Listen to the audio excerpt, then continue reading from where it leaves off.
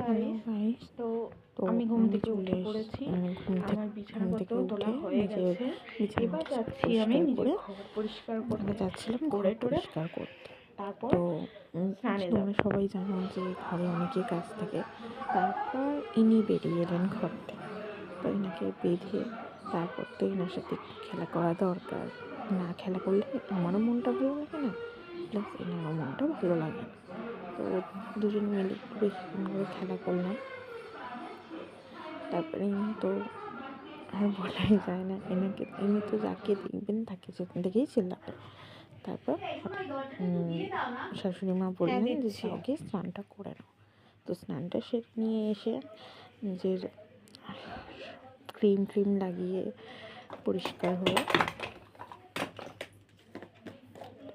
তারপর এখানে আমি গুড ভাইবসে যে উপটেন ক্রিমটা সেটা ইউজ করি। তো আমি সেটাই লাগানোর পর আমি লাঞ্চ করতে গিয়েছিলাম।